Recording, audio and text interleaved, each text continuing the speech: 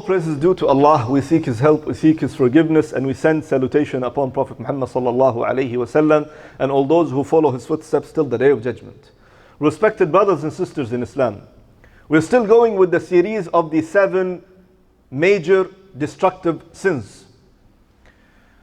And as Allah subhanahu wa ta'ala told us in the Quran, إن تجتنبوا كبائر ما تنهون عنه نكفر عنكم سيئاتكم وندخلكم مدخلا كريما. If you avoid the major sins, Allah subhanahu wa ta'ala, out of His rahmah, out of His mercy, He will forgive your minor sins and He will make you to enter from the noble entrance, that is the Jannah.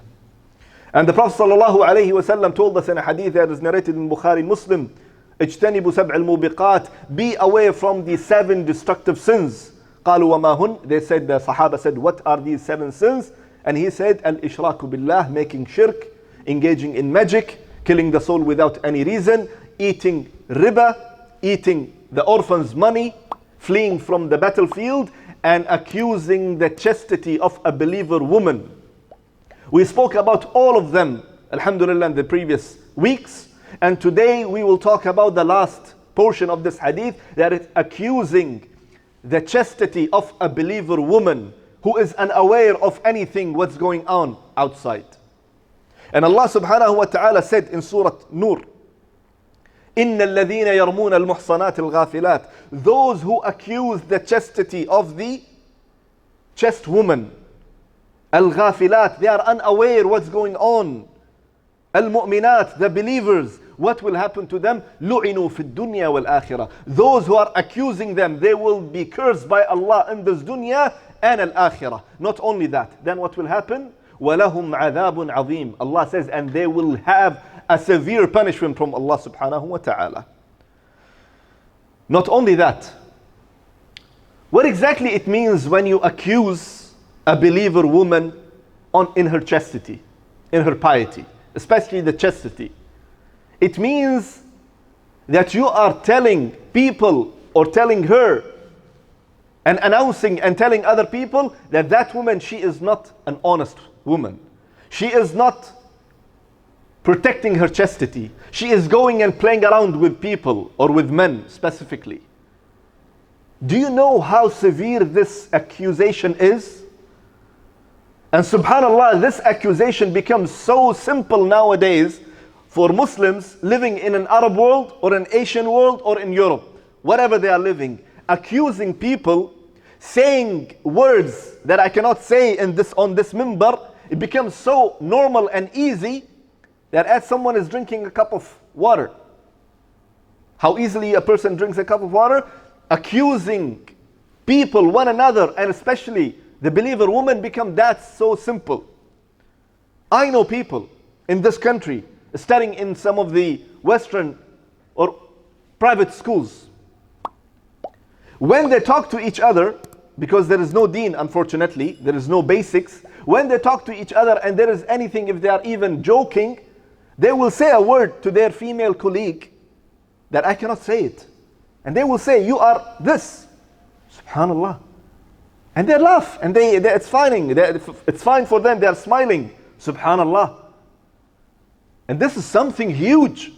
How can a Muslim accuse and say these words to anyone, and specifically to a believer woman, that you are this and you are that, you are son of this or you are daughter of that?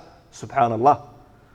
And especially nowadays with the social media and all these platforms that you can reach anyone at any time by just clicking this person's name, it's become more severe and sensitive that sometimes you see a post, sometimes you see a tweet, sometimes you see a video, and you don't agree with it. You are not agreeing with it, this is something normal. Yes, sometimes we disagree with one another, that's not a problem. But the problem is when a person sees these things and go commenting on that person, and when the person especially, and specifically she's a woman, and you go and you say you are this and you are that, accusing her chastity for what? And Allah subhanahu wa ta'ala said what? إِنَّ الَّذِينَ يَرْمُونَ الْمُحْصَنَاتِ ثُمَّ لَمْ يَأْتُوا بِأَرْبَعَةِ شُهَدَاء. Those who are accusing believer women, and they will not get 4 witnesses to support this accusation in her chastity. If you don't bring 4 witnesses, what will happen? Allah subhanahu wa ta'ala says, فَجْلِدُوهُمْ ثَمَانِينَ جَلْدًا. You have to be whipped 80 lashes. 80 lashes. And who will do this? The ruler. The one who is ruling with Sharia. And I will conclude with one story that happened. And there are many actually. But one story that will give us the ibrah and the lesson that see, one word is not only affecting a person. It will affect the family, it will affect the society, it will affect the entire city. A young lady with the age of 16 and 17 years old. She is studying Islamic studies in a higher education. Someone got her pictures, normal pictures, that she is in the wedding or she is somewhere or she is sitting in the restaurant, whatever these pictures are, from the internet, from the Facebook or from the Instagram or whatever you call it. And this is another problem, that we day and night post our pictures and our family's pictures, and especially our sisters and mothers, and there is a big consequences on that. But leave this aside. Coming back to the story. Someone took her picture and took her face from one of these photo editing softwares and taking her face and putting it on some inappropriate pictures.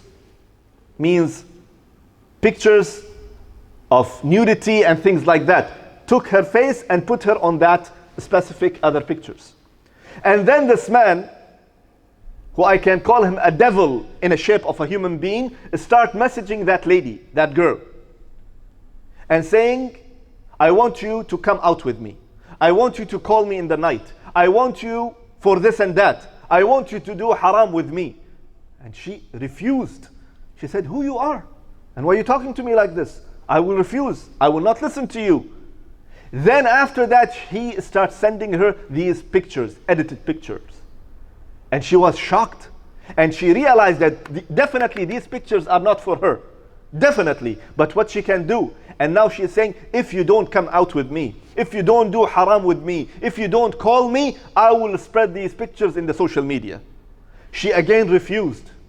Why? Because she was getting the upbringing from home, the proper upbringing. She knows Allah subhanahu wa ta'ala. She fears Allah subhanahu wa ta'ala. So she says, no, I will not come out with you. I will not do haram with you. And I will not respond to any of your requests.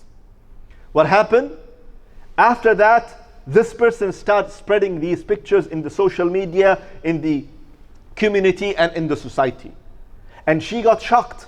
The family member got shocked. The family member, some of them, they couldn't take it, came to her, start beating her, slapping her. How dare you are doing this? How dare you are taking these pictures? And she is saying, Wallahi, I swear by Allah, these are not my pictures. This is not me. But who cares? Everyone is beating her, everyone is shouting at her, and everyone saying that you got this this shame to our family, and this all normal words that we hear. Instead of understanding what's going on, they start beating and slandering her, and other people start accusing her. That yeah, she is studying in an Islamic school, but she's still taking pictures like that. And no one knows, and everyone is accusing her.